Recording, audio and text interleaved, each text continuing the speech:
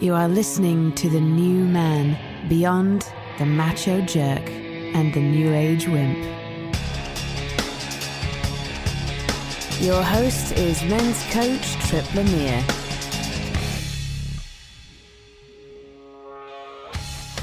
Are you holding yourself back from the life and work you truly want?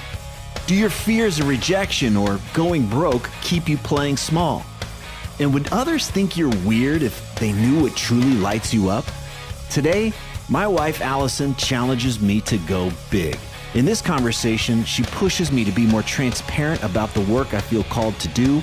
We explore what keeps me playing small, and you'll hear why IFS founder Richard Schwartz probably won't talk to me anymore.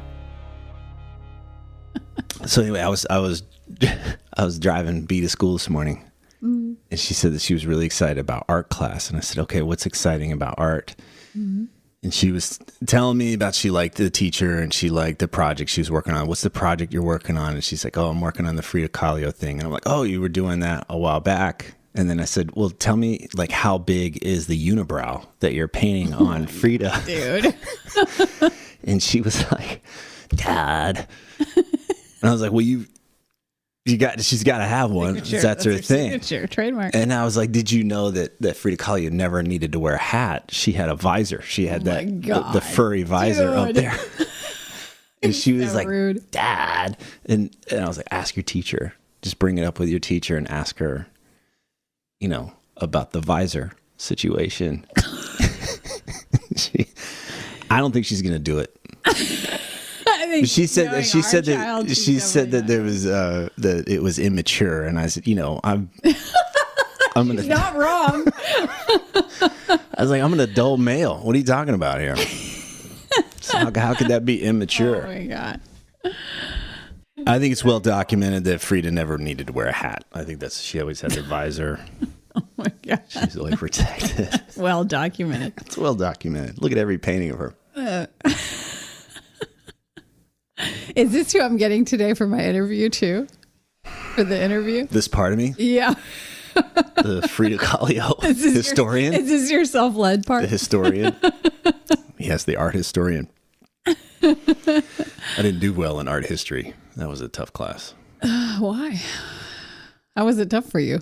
Was it just boring, I had zero relationship to the painting or to the artist, and it was just more like, this was painted in this century, and this was part of this movement. And it was, as soon as I learned about the artist and what they were about and what they were doing, then it stuck. It was like, oh, I know that. I know what that piece is now, but just showing something up on the wall and yeah, this was 1573. It's like, who cares? Who cares? Yeah. Context. Speaking of which, we don't have context today. We don't have any. Got some loose ideas floating around. And I didn't know that we were going to start recording now. I thought we were going to just sit up. My suggestion was that we sit up here. We are. We're just sitting up here. Talking and then hit the record button at any time. Isn't this more work for you if you have to edit it? It's more work if I have to think about when we're going to start it. Because as soon as I say I'm going to press record, your sphincter gets... Yeah. You're like, oh, I have to really watch what I say, which you're already doing. This is a lot different than where we were in the kitchen a little while ago. You think so? I do. Where were we in the kitchen a little while? Go ahead. I don't want to hear it. You were listening. Yeah. To me. So but you were also doing your smirky thing where you were listening to me and you had a smirk on your face. I told you I was amused. I was appreciating you. You came home irritated and frustrated, and you needed to talk, and you went on a full rant, full circle on all the points, not just the thing that you were irritated about, but a few other things. And I really appreciate that. I appreciate that you feel comfortable doing that with me, and I certainly do it plenty with you. What's the difference between my rant and if I'm bitching and complaining? What's the difference? You're really you're just in your process with it. You're not trying to be, you're self-mastered in a way of like, I'm super self-aware that this is, here's this part of me that's triggered or activated, and here's what I know I need to do differently. Or like you stop governing yourself in a way, and you simply just let yourself be where you're at. And that's, sometimes it's just funny to me because you're not there very often, but you're not working hard to kind of hold yourself together. You just let yourself be where you're at. If you have a rant, you have a rant. You're not tracking. Like, you asked me for my reflection on a certain couple of things, and I appreciated that because I knew that you just weren't tracking that. So there's times where you're sharing with me and you're tracking all of those things. So it's like you're holding it all together. So there's not as much opportunity.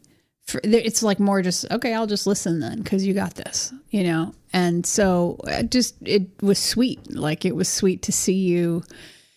I also always love to see you a little bit, on your heel. Twitter-pated? Yeah, Twitter-pated. Well, I always love it, but there's times where I may come like be bitching about something, and that's draining. Yeah, I was just curious if you had a sense, because you were definitely, I wouldn't say energized by what I was talking about, but you were engaged, which is different than if I come home and I'm like, well, the topic that that's when you're like, clamp it down, stuff it. Yeah. Don't express. Knock it off. Yeah. Don't have your experience. Yeah. Shut the hell up. Don't have your emotions. Yeah. Go to the basement.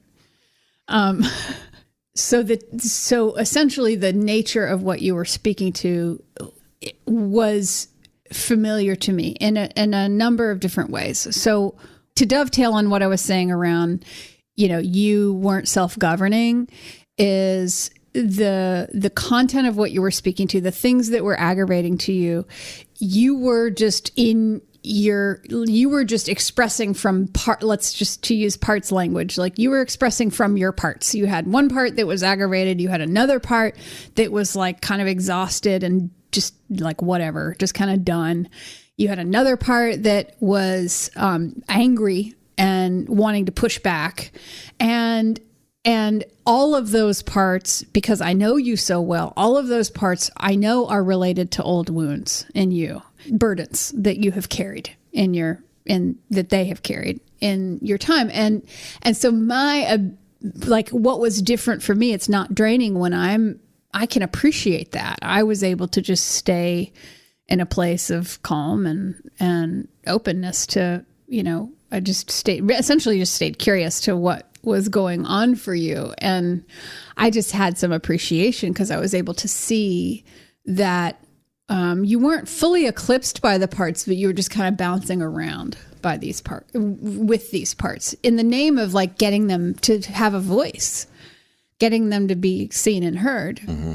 I think what I'm hearing is like where bitching is draining for me if I'm listening to someone bitch is that there's a sense of, there's an element of blaming. There's not an element of taking responsibility. So it's just a matter of like, man, that's wrong. There's really not it's not going anywhere. It seems to be stuck.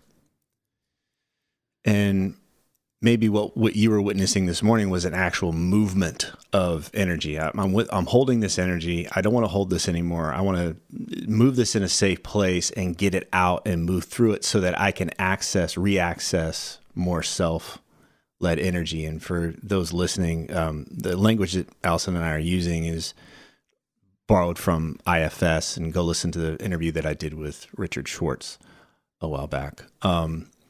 So this core self, more this core sense of self. Well, it's so funny. I was just remembering how you, Big Dick Schwartz, Big D.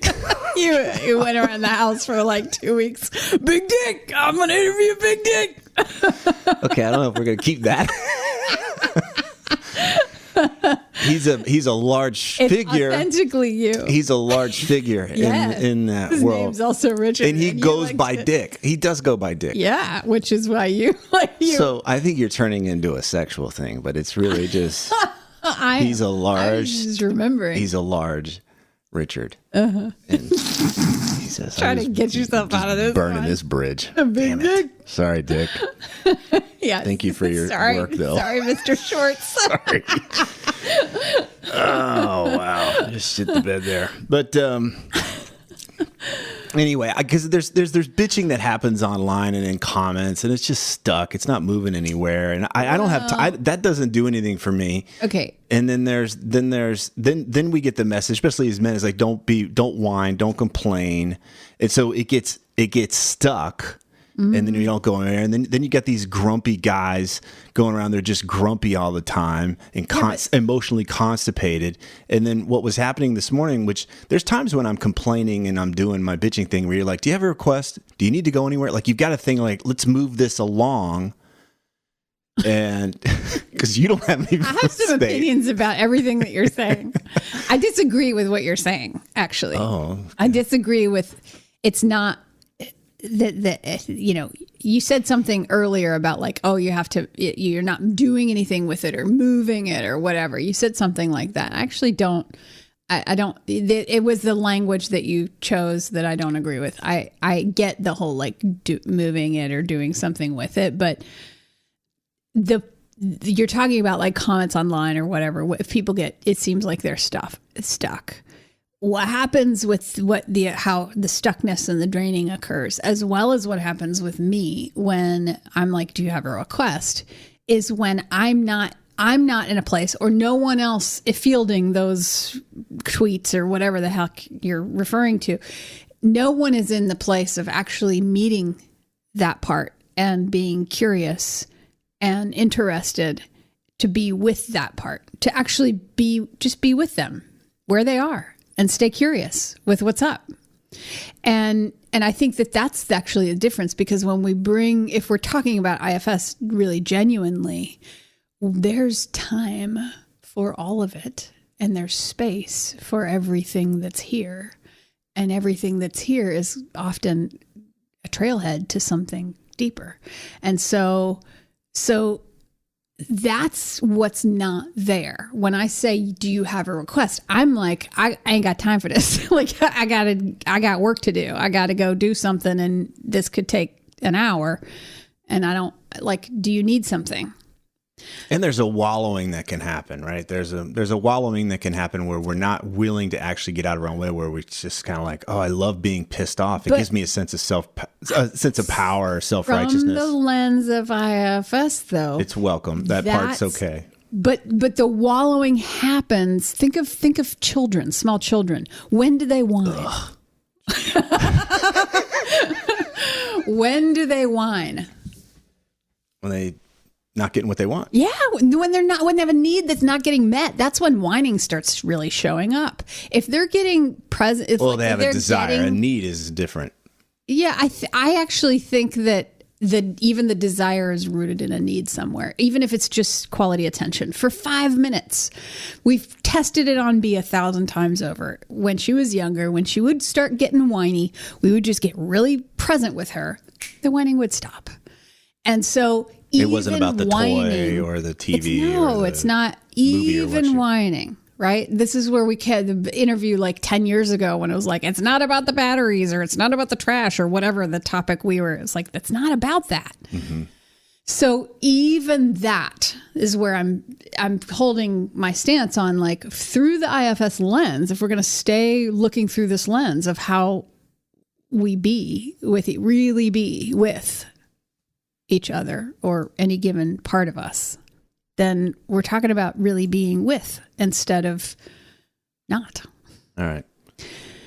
Now, I want to pause. I'm aware that you're doing your interview. Essentially, you're interviewing me. Like, we're trying to have a discussion, but you're asking the questions. And you can, if this is a discussion, which means that you can find your curiosity. So if you don't have curiosity, that's fine. There's nothing I'm curious about. But if there are things that you are curious about, then you are welcome to bring them in. I want you to just drop that, or to the best that you can. Let's just drop the idea that we're sitting in front of these microphones and the screen and everything. It's tough. It's tough, but if you have curiosity, then I want to invite you to bring it and not feel like the thing we want to try to let go is that there's an agenda, even though it's fucking, we do have one agenda, get it in your mouth. Mm-hmm. I just spilled my coffee all over my face and my body. It was kind of hot though, especially the lady like wiping it. You're like, oh. Big dick. There he is. There's the guy that yells big dick. I feel really unseen right now. You do. Very civilized. I think we already established I'm very civilized and mature. Yeah. So what I'm curious about for you is knowing you so personally and intimately, you're shaking your head right now, and now you're going to also pull your pants down. Wow. Such fantasies. Oh, were you just adjusting your non-existent underwear? I'm paying attention to what you were trying to say. I'm trying to track this. So what I see in you is, what I believe that I'm seeing in you is your essence wanting to be more and more expressed in service to others as well. And so I see you sitting with kind of a question of, how do I still do what I do with my clients, which is sometimes just from the outside in, I don't actually know what you're doing in here on your calls because I'm not on the calls, but it seems like it's much more sort of achievement or oriented. It's like It's creative. Yeah. Okay. But it's a lot of what do you want and then go get it. Like, let's create steps to go get it. That kind of coaching. And what I notice, what I'm sort of tracking in you, like a scent, is that there's that more essential nature, capital S, self-led. And I don't want to bring in the word spiritual because I don't think that you would orient towards it in a spiritual fashion, but I do think that there's sort of a essential spiritual nature to that, and how you want to integrate more of that, as well as integrate more of your humor and your, like what's happening for you there with your desire to do more of that, but then not also not wanting to be a therapist, and you're really clear that you don't want to do therapy. And IFS sort of like, there's IFS coaching and then there's IFS therapy where we're working with the deep traumas. So curious what you're... Yeah, well, I wrote about what you're talking about in my book, and I framed it from the position of who are we when we're not in this place of protecting and pleasing and proving? Who are we when we're not always striving for more comfort, always striving for more certainty, always striving for more acceptance? And so I throw out the idea that when we're not in those places, we actually, this part of us that just shows up, that is genuinely curious, genuinely wants to explore the world and create and play and, really explore our lives. And you, just to kind of give some applause and appreciation to you, like this is part of me acknowledging that it's been in you, in your nature. You wrote that book before IFS, before you learned about. Well, no, I'd actually worked. I'd worked with IFS before that. I'd had Chris Burris was my IFS therapist. So I was familiar with the process, and I had read through including stuff. Like the this part that's burdened. If it didn't have this job, or if it wasn't burdened, what would it want to do? Yeah, I was familiar with the process. I had worked with somebody, Chris primarily. I think I might have worked with somebody else, and appreciated the process. But I think at that point I'd seen it more as just a therapeutic process, and I didn't see the through line to where I like to play, which is this: let's go create the life and the business and the relationships that we want. Yeah. So it was more like, oh, I'm stuck in this place and I can't get out of this grudge, or I can't get out of this hurt, or I can't get out of this fear, or this anxiety. let me go work with an IFS therapist and heal this part. And now I can just get back to my life, which is different than what I was throwing out and say, hey, yeah, those things can show up. But we also just like what looks like success to most is still in this place of protecting and pleasing and proving. It's still in this place of I got to be comfortable all the time, or I have to be certain all the time, or I've got to look good and be accepted. I've got to have status and prestige. So I was throwing out that we're still doing the fear-based thing, even though it looks like we've got it all together. And I've worked with enough folks that have had it all together. I worked with even just knowing my own life and having people be like, wow, you got it all together. It's like, no, I don't. I've got my problems. Like I've got my insecurities in these things. So I think at that time, I'd just seen IFS through the lens of this was a therapeutic thing to help with trauma and healing those bits and pieces, but I hadn't seen it all the way through. And that's why I was really excited about Richard Schwartz's book, The No Bad Parts, was that he's connecting it more all the way through. And it's not just about healing, but it's also about these more creative areas. And so then I was like, okay, cool.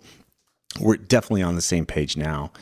And, you know, I maybe if I revise the book at some point, I will use more of Richard's language. I don't know. We'll see. Yeah. But so I'm curious. So what's your big takeaway then? Not just from his book, but with what you're saying, and then also kind of wanting to loop back around this place where you were suggesting to me, like, where is it draining when somebody's kind of bitching or they seem stuck or whatever?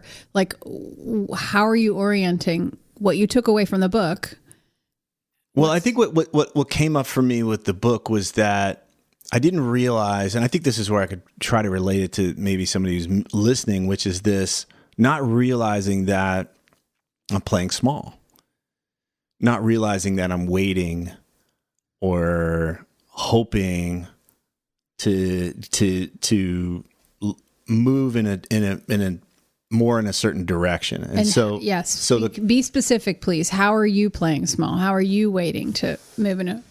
Yeah. So I would say that what I realized as I was going more and more into this work, the first part is just accessing more of that self, right? What's the part of us that is relaxed and calm and curious and playful and sees life as an adventure to have, as something to explore. We got a limited time.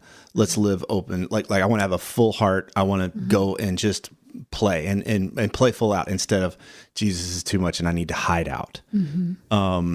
I love that conversation. I love being able to access that capital S self for myself, but I also love drawing that out of my clients. And I found that the more that I do that with my clients, a lot of the things that they thought were missing in their life, whether it was the money or the house or the title or the whatever, seems to just relax. It's just like, oh, I thought that was the thing that was going to bring me this state of being, when it's not. I already had that all along. It was this capital S self. And so helping them access that more, I love that. I get to access it myself, but then I also get to help them access that. And then there is something to be created from that place. It's not like we just sit there and just kind of drool on ourselves and look at the trees all day.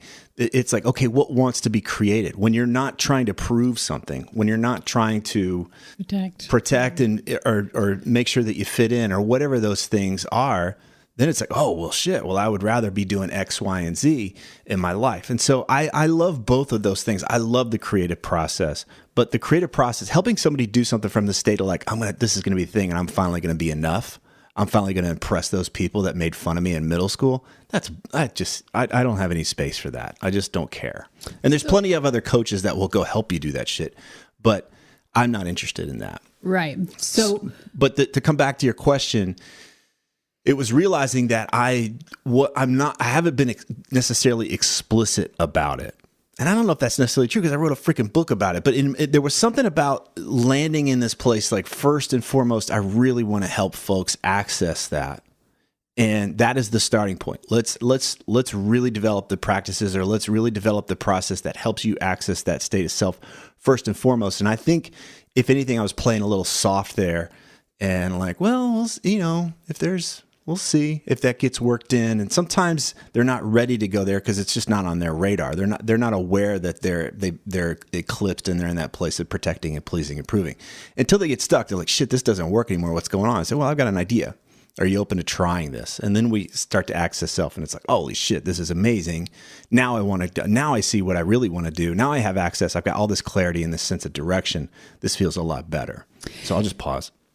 And so coming back to what's happening for you, like where are you holding back? Where are you wanting to bring more, but you're not really sure how? Like the places where you're essentially having a parallel process with the people that you coach for different context, maybe your content, but like it's not dissimilar. I think I don't know if it's necessarily that, as we're kind of pulling it apart, I don't think that I'm acting out of alignment, but I think there's a way where I could lean into it more and be more out with it in my process. I think if I look at my website, there's nothing in there about creating a self-led life. I don't think there's anything on there right now that is like, yes, I'm going to help you access this state or this way of being, I should say. It's not a state. I'm going to help you access this way of being, and then we're going to create what you want. And the concern is that, if I did that, then nobody would want to work with me. There's the part that shows up, which says you can't really be who you truly are. You can't really state what it is that you really want to do, because that will be the thing that screws the whole thing up. And that's just this script that I can run on myself and that so many others run. It's like, there's this thing I'd really love to be doing, but if I really leaned into that, it would blow the whole thing up, which is weird enough because that's essentially what I help people overcome every day. That's why I'm inviting you to speak to it, because no one is immune to this, including the guy that writes books about it and teaches it and interviews people and integrates this concept into who he's interviewing. Right. I think what's happened for me lately was more like you get to really take your seat there. Mm-hmm. That it was much more about living that self-led life. Mm-hmm. Whereas before it was more, we're going to create some things, and along the way, you're probably going to start to access more self if we work together. Mm-hmm. And it may just seem like semantics here, but I think for me, it was just more of a like, no, motherfucker, this is what you do. Yeah, well, I actually see it. I see you integrating the concept differently with your people. You've always been, I'm just going to use a metaphor that's common here, which is like, you've always been the rock, right? Like you're the leader, the manager, you're the rock. You're the person that people go to, including me, that go to. It's like, I'm wigging out, or I'm I'm off center, I'm at whatever's going on. And you're able to basically be the surrogate capital S self for me and other, I'm sure, coaching clients and other people in your life, friends. And so I've certainly witnessed that. And you're good at that. All of that is amazing. And it's almost like you're gifting it back to them now. You have this language, or you have this sort of access or bridge now to be able to offer it to them. Like, it seems like there's a thing that you've grokked with this in yourself. Like the concept that everybody has a core self. Everybody has capital S self. Everybody. Doesn't matter who you are. Doesn't matter what you've been through. Everybody has it. And that you're putting more trust into that, and you're wanting to facilitate that more with others, just as with yourself. Does that feel accurate to you? Instead of you being the one to hold that seat for others, you're essentially inviting them to hold their own seat there, like helping them find it for themselves. Yeah, I think if anything has shifted is that, as we tease this apart, it's really recognizing that there's value there. I think if anything, I'd made an assumption that folks don't really want this way of being so much. They want the outcome. That's why people hire coaches. They want an outcome. And so I'm going to hire this coach, and this person's going to hold me accountable and challenge me and support me to go and create this outcome. That's essentially the coaching 101 context for a lot of folks. Rooted in a part. Well, that's just kind of a model, right? That's just part of the model. Like, I would hire a therapist. I want to heal ABC in my life, so I can, not be so torn apart by the stuff or in pain. So it's just a real basic version of that. So if anything, I got a little fixed on helping people create those outcomes when really I needed to own that I was really helping people access a way of being in the world. But I think a part of me, and maybe this was just the part of me that is the one that takes care of, provides for the family and those types of things. Like, you can't do that because people won't pay for that. Yeah.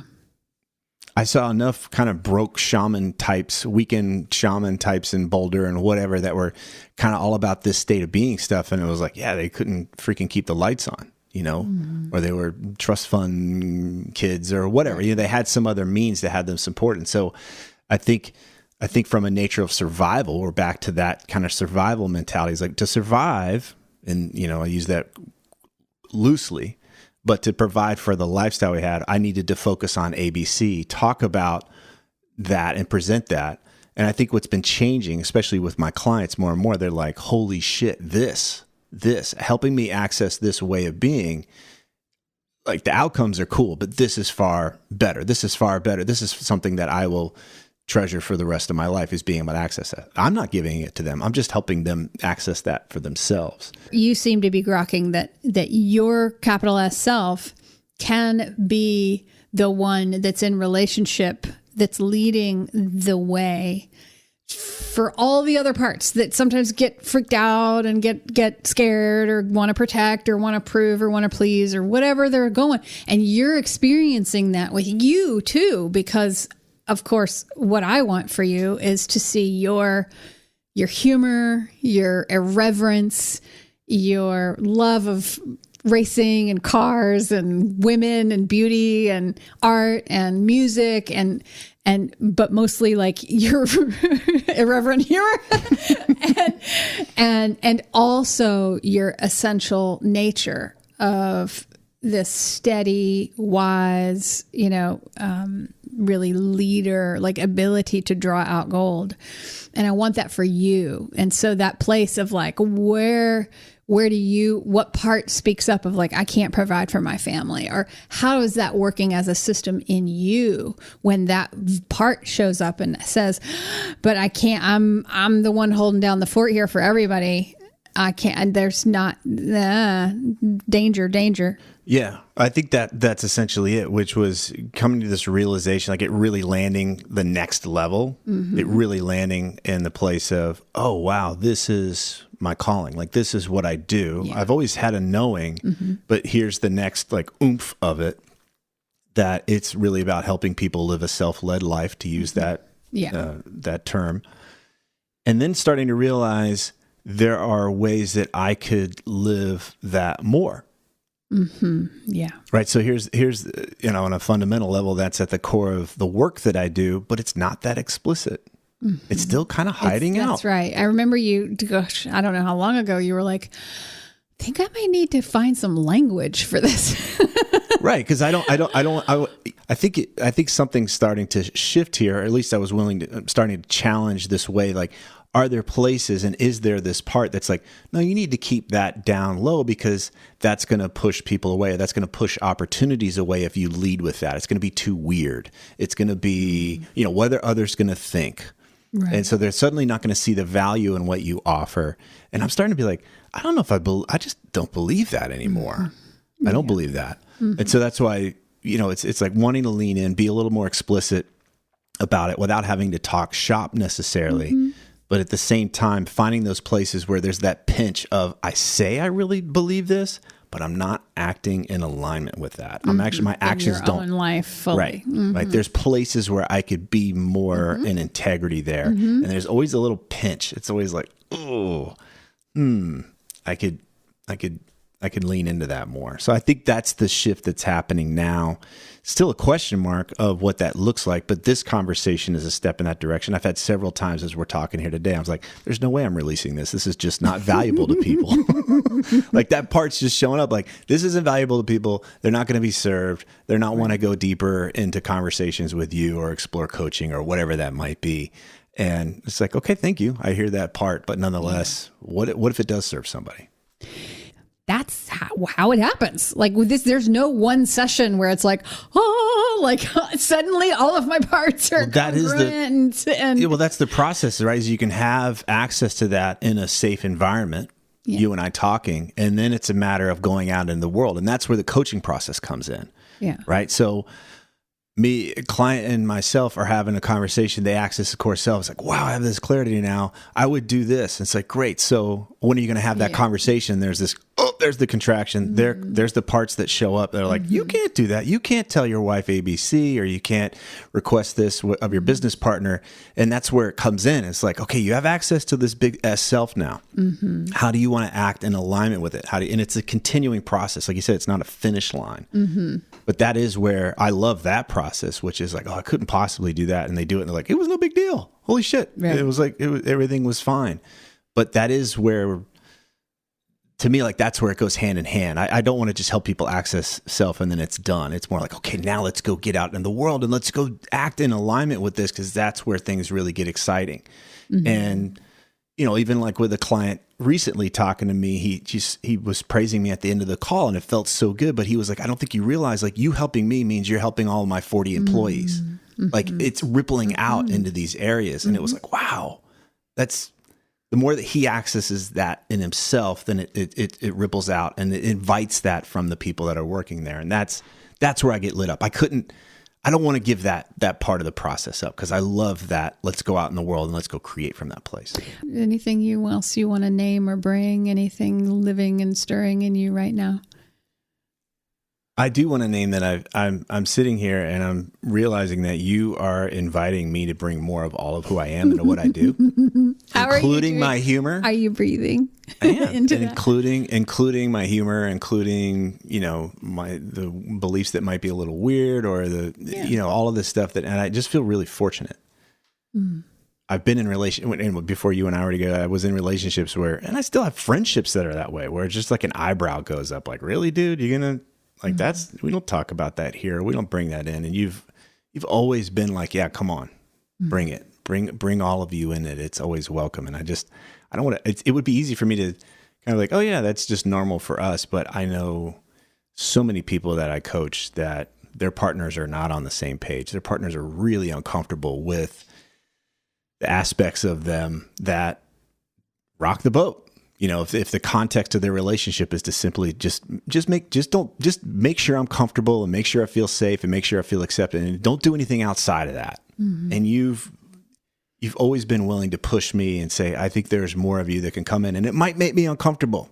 It might be a little shaky here, but I want all of you here. I'd rather have all of you here in the room than, you know, just the parts of me that make me feel safe and comfortable. If these interviews are helping you, please leave a positive review on whatever podcast app you use so that others can discover the show more easily.